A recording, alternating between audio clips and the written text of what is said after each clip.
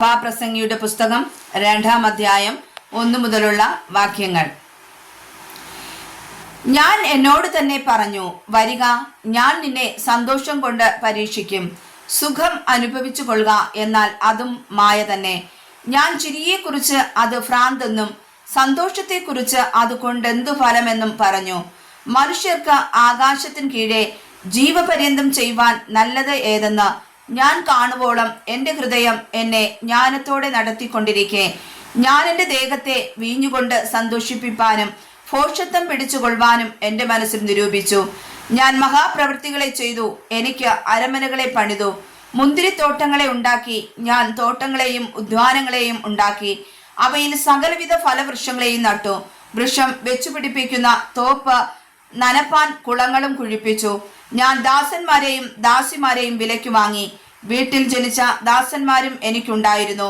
യെരൂശലേമിൽ എനിക്ക് മുമ്പുണ്ടായിരുന്ന ഏവരിലും അധികം ആടുമാടുകളായ ബഹുസമ്പത്ത് എനിക്കുണ്ടായിരുന്നു. ഞാൻ വെള്ളിയും പൊന്നും രാജാക്കന്മാർക്കും സംസ്ഥാനങ്ങൾക്കുമുള്ള ഭണ്ഡാരവും സ്വരൂപിച്ചു. സംഗീതക്കാരെയും സംഗീതക്കാരത്തികളെയും മനുഷ്യരുടെ പ്രമോദമായ അനവധി സ്ത്രീജനത്തെയും സമ്പാദിച്ചു. ഇങ്ങനെ ഞാൻ എനിക്ക് മുമ്പ് യെരൂശലേമിൽ ഉണ്ടായിരുന്ന എല്ലാവരിലും മഹാനായി തീർന്ന് അഭിവൃദ്ധി പ്രാപിച്ചു. ജ്ഞാനവും എന്നിൽ ഉറച്ചു നിന്നു.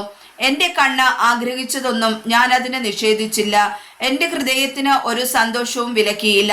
എൻ്റെ സകല പ്രയത്നവും നിമിത്തം എൻ്റെ ഹൃദയം സന്തോഷിച്ചു. എൻ്റെ സകല പ്രയത്നത്തിലും എനിക്കുണ്ടായ അനുഭവം ഇതുതന്നെ. ഞാൻ എൻ്റെ കൈകളുടെ സകല പ്രവൃത്തികളെയും ഞാൻ ചെയ്യുവാൻ ശ്രമിച്ച സകല പരിശ്രമങ്ങളെയും നോക്കി. എല്ലാം മായയും വൃഥാ പ്രയത്നവും അത്രേ. സൂര്യൻ്റെ കീഴിൽ യാതൊരു ലാഭവും ഇല്ല എന്ന് കണ്ടു. ഞാൻ ജ്ഞാനവും ഭ്രാന്തും ഭോഷത്വവും നോക്കുവാൻ തിരിഞ്ഞു.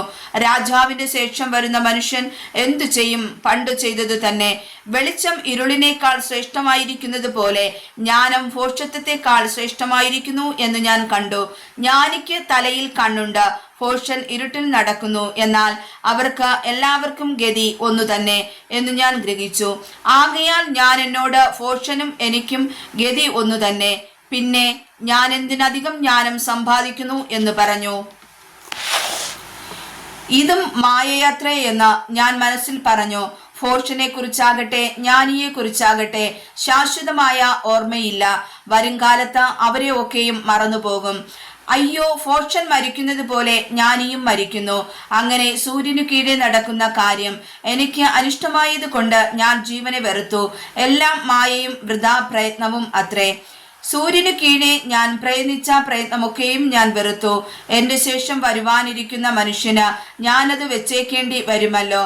അവൻ ജ്ഞാനിയായിരിക്കുമോ ഭോഷനായിരിക്കുമോ ആർക്കറിയാം. എന്തായാലും ഞാൻ സൂര്യനു കീഴെ പ്രയത്നിച്ചതും ജ്ഞാനം വിളങ്ങിച്ചതുമായ സകല പ്രയത്ന ഫലത്തിന്മേലും അവൻ അധികാരം പ്രാപിക്കും. അതും മായയത്രേ.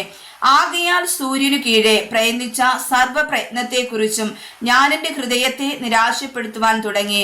ഒരുത്തൻ ജ്ഞാനത്തോടും അറിവോടും സാമർഥ്യത്തോടും കൂടെ പ്രയത്നിക്കുന്നു, എങ്കിലും അതിൽ പ്രയത്നിക്കാത്ത ഒരുത്തന് അവൻ അതിനെ അവകാശമായി വെച്ചേക്കേണ്ടി വരുന്നു.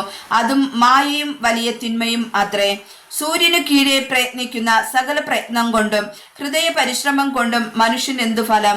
അവന്റെ നാളുകളൊക്കെയും ദുഃഖകരവും അവന്റെ കഷ്ടപ്പാട് വ്യസനകരവും അല്ലോ. രാത്രിയിലും അവന്റെ ഹൃദയത്തിന് സ്വസ്ഥതയില്ല, അതും മായയത്രേ. തിന്നുകുടിച്ച് തന്റെ പ്രയത്നത്താൽ സുഖം അനുഭവിക്കുന്നതല്ലാതെ മനുഷ്യന് മറ്റൊരു നന്മയും ഇല്ല.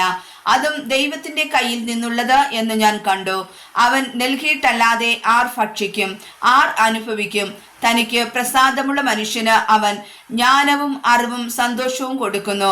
പാപിക്കോ ദൈവം തനിക്ക് പ്രസാദമുള്ളവന് അനുഭവമാകുവാൻ തക്കവണ്ണം ധനം സമ്പാദിക്കുകയും സ്വരൂപിക്കുകയും ചെയ്യുവാനുള്ള കഷ്ടപ്പാട് കൊടുക്കുന്നു.